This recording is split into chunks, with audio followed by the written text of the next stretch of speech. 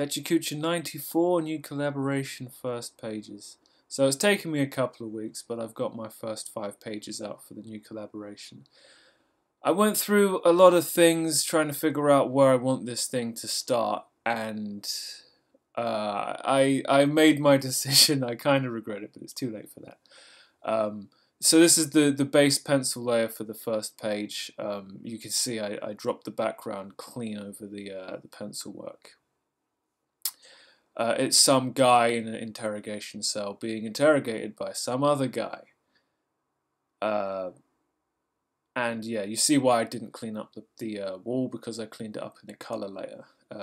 Yes, that is a that is a Hawaiian shirt. That was a very important part of this character's let's not say backstory, but his how he purports himself in society. Right, so this is the third layer with all the lighting. So now it kind of looks like an interrogation room. I didn't really research this or go too hard on in terms of like, you know, I've gone for a feel of lighting as opposed to it being actually accurate. You know, if you don't look too close, you'll get what I'm trying to say without me saying it specifically or accurately. So this is the next page. The cop's shouting at the dude, and they're having a little stone face thing, and then the guy's partner comes in because he's got new information. The brick wall of the cell is something that I didn't want to get pulled into doing too much of, but I still went and, you know, used the perspective tool, probably for the last time. So I've added color, and now you can see the partners who's coming with the new intel is black, because that's the old school dynamic, right? White cop, black cop. Well, I didn't want to think too hard about this, so that's how I played it. So, you know, here comes the lighting again, and there's a little bit of a yellow tint as well to make it seem like indoor lighting. I think it actually makes the images look worse but more accurate, which is, yeah, how many video games have I played that throw themselves on the altar, the cross of realism, and forget to be good games?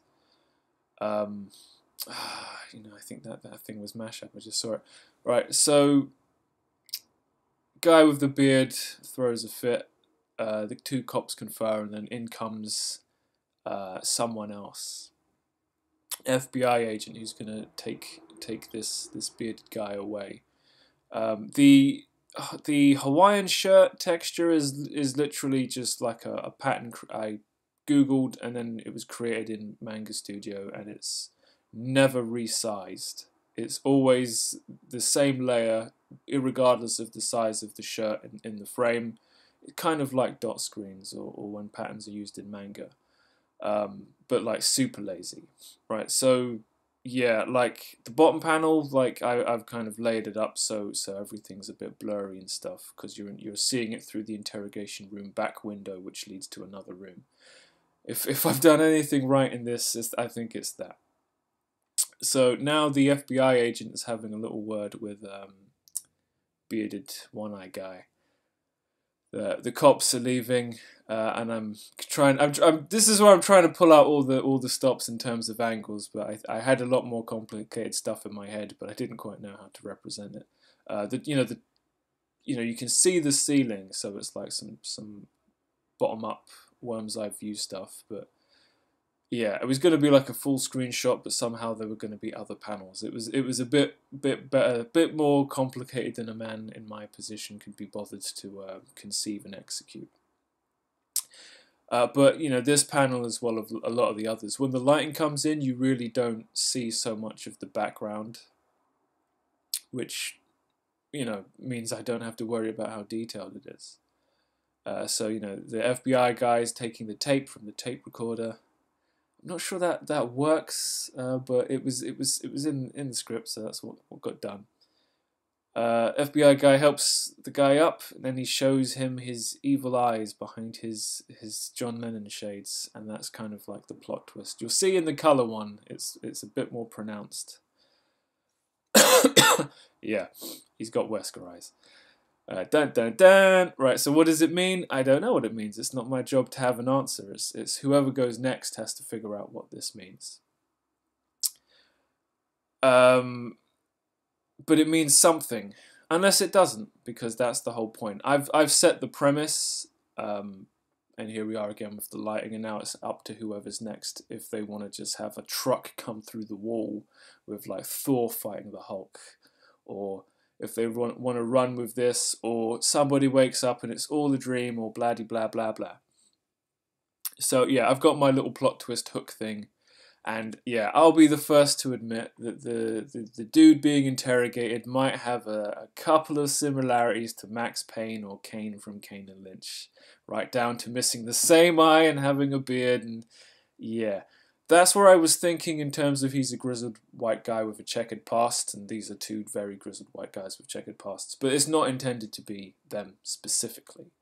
The Hawaiian shirt, I spent way too long Googling. I wanted it to be tawdry, but I wanted it to feel just right.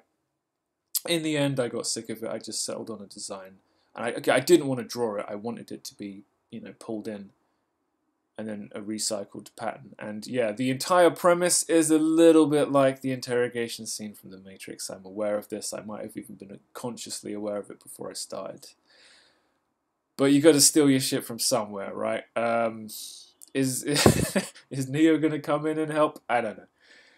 I've laid the groundwork. I'll pass on the pictures to my collaborators, and then it's their mess to clean up or to make worse. And next week I'm gonna finally sit down and watch Cowboy Bebop, one of the few animes I think I will thoroughly enjoy.